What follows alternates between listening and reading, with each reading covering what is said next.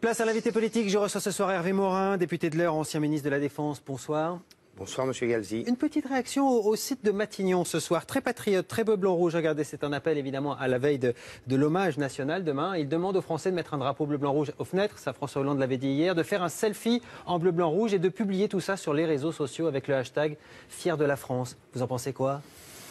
Bon, écoutez, oui, c'est un moment d'unité nationale qui n'empêche pas le débat, mais c'est un moment d'unité nationale et un moment d'hommage à nos victimes. On a tous été touchés directement, indirectement. Moi-même, j'ai perdu un collaborateur, ma femme a perdu un de ses amis. Donc, on a tous été meurtris, collectivement, personnellement. Qui est ce moment d'hommage, c'est très bien. Mais ce moment d'hommage, comme je l'ai dit, depuis 8 jours, n'empêche pas aussi le débat et la discussion. On va en parler des questions qui se posent. J'imagine que vous parlez notamment du renseignement en France. Entre autres, et de son fonctionnement. tout. Et surtout, moi, ce que j'attends du gouvernement, c'est ce que nous disions après les attentats de Charlie Hebdo. Moi, j'ai évoqué à l'époque, ici même sur votre antenne, la déchéance de la nationalité française pour les binationaux djihadistes. J'ai évoqué la pose de bracelets électroniques.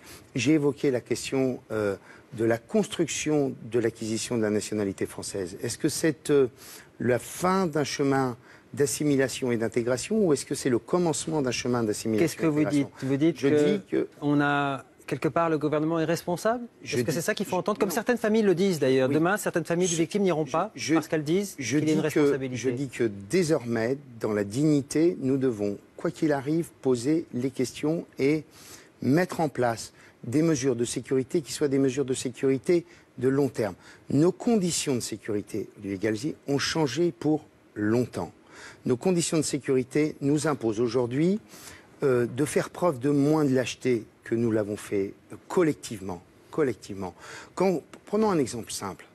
Quand l'imam de Brest, depuis un an, publie sur les réseaux sociaux des prêches qui appellent à la violence, qui sont absolument inacceptables sur un certain nombre de sujets, on n'a pas réagi. Quand on a laissé se développer des lieux de culte où on remettait en cause les principes de la République, on n'a pas réagi. Et donc tout ça... Ça date pas, pardon, de 2012, tout ça, si je peux me permettre. Vous dites collectivement. J'ai dit collectivement. Alors sur votre part, justement, les mesures prises par François Hollande défont certaines des mesures que vous aviez prises à l'époque. Par exemple, où vous étiez ministre de la Défense. Je pense notamment à la suppression des effectifs dans l'armée.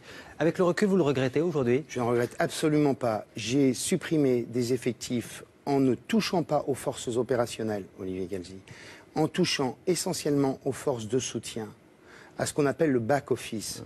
J'ai fait 1,6 milliard d'euros d'économies de fonctionnement. Ça m'a permis, 1, d'améliorer la solde des militaires. 2, ça m'a permis de faire un effort considérable en matière d'équipement. Si vous regardez le budget de la Défense durant les près de 4 ans... Loi de programmation militaire 2009-2014 que vous avez votée, 54 000 postes supprimés. Je dis bien, on a supprimé des postes, mais je dis qu'en termes de crédit, nous avons mis plus d'argent pour la Défense en privilégiant l'équipement. Parce que, monsieur Galzi, je vais prendre un exemple concret. Quand vous avez des Rafales, et que vous avez des Rafales dont le taux de disponibilité est de 20 ou de 25%, parce que nous ne sommes pas capables d'acheter des pièces détachées, faut-il continuer à entretenir une armée dont la capacité opérationnelle est limitée, ou au contraire, effectuer une rationalisation de l'ensemble de l'organisation et tout ce qui est ce qu'on appelle le back-office pour améliorer l'équipement? C'est exactement ce que nous avons fait. Vous dites ça, il y a quand même eu dans votre gouvernement, le gouvernement auquel vous participiez à l'époque, des coupes dans l'effectif de la police aussi, de la gendarmerie. Il y a le chaos qui a été précipité en Libye, on a vu ce que ça a donné, notamment sur cette question djihadiste. Bon, il y a quand même eu des choix qui, pourrait-on dire, avec le recul, on manquait de vision. Est-ce que vous êtes d'accord pour dire ça? Ouais, enfin bon. Non, mais vous êtes d'accord ou pas? Est-ce que vous prenez cette part en disant on a manqué de vision? Pour la défense, je refute cet argument. On a compris pour l'armée, pour le reste. On a mieux équipé les forces, on a fait un énorme effort d'équipement. Vous l'avez dit. Grâce à ça. Sur la police nationale et la gendarmerie, je vous rappelle que le contexte 2007-2008, c'est pas le contexte 2015. Il s'est passé... Non, mais le djihadisme, il est pas né, pardon, en 2015. Enfin, de là à considérer qu'il ne pouvait pas y avoir un certain nombre de réorganisations, de mutualisations permettant de réduire... Ça n'a pas marché apparemment. La réorganisation des effectifs de renseignement. Vous disiez justement, il y a des problèmes dans le renseignement. Beaucoup disent, ça date de l'époque où Nicolas Sarkozy a supprimé les renseignements généraux, par exemple. Qu'est-ce que vous en pensez? Attendez, les services de renseignement, ils ont augmenté de près d'1 millier de personnes quand j'ai été ministre de la Défense. On a fait un effort d'équipement, dont des éléments sont secrets que je n'évoquerai pas, devant vous, absolument colossal, pour rattraper des retards énormes, notamment sur le renseignement tous azimuts pour essayer de faire en sorte qu'on puisse plus suivre l'ensemble des moyens, réseaux sociaux, Internet, etc. Donc il y a eu des efforts considérables de fait. Oui, on a réduit les effectifs, mais je me permets de vous signaler que les socialistes ont continué à réduire les effectifs de 2012 à 2015 sur la police nationale. C'est le monde lui-même qui a fait le tableau. Nicolas Sarkozy en meeting ce soir à Avignon pour les régionales. Hier dans le Bas-Rhin, il parlait d'un piège politique en parlant de l'Union nationale. Il en a encore reparlé ce soir à Avignon. Vous êtes d'accord avec ça? C'est un piège politique, l'Union nationale? L'Union nationale, ça ne doit pas être un moyen de masquer les difficultés auxquelles nous sommes confrontés et les réponses qui n'ont pas été apportées sur un certain nombre de sujets. Vous pensez que c'est une stratégie politique de l'exécutif aujourd'hui? Olivier Galzi, quand le juge Trévidic, sur vos plateaux, quand des magistrats proches avec qui j'ai discuté et dont je tairai le nom en exercice, vous expliquent qu'un djihadiste sur deux, ayant été en Irak ou en Syrie, revenant en France, qu'il n'y ait pas la moindre convocation chez un juge, qu'il n'y ait pas le moindre commencement d'une action pour essayer de les mettre hors état de nuire.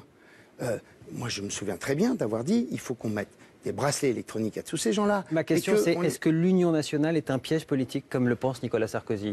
L'Union nationale ne doit pas être le moyen de cacher les défaillances du gouvernement sur un certain nombre de sujets, et ça ne doit pas être non plus le moyen d'éviter d'aborder des débats.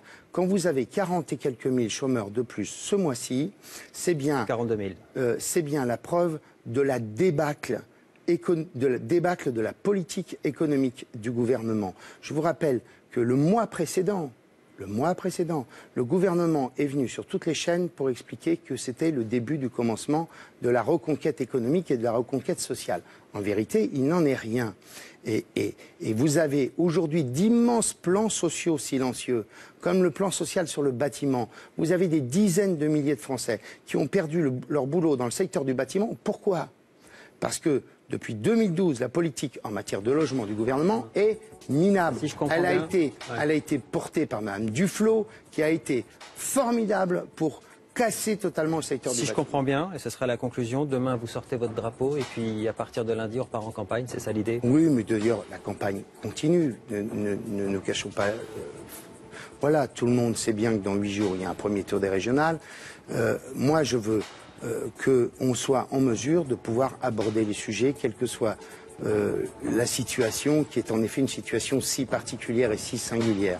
Mais les sujets économiques et sociaux sont des sujets qui doivent être abordés, comme il doit être abordé l'amélioration des conditions de sécurité, en pointant un certain nombre de dysfonctionnements. Merci Hervé Morin d'être venu répondre à nos questions ce soir. Vous restez avec nous aussi justement ces fameuses failles dans le renseignement français, dans la sécurité intérieure. On va en reparler dans le grand décryptage. A tout de suite.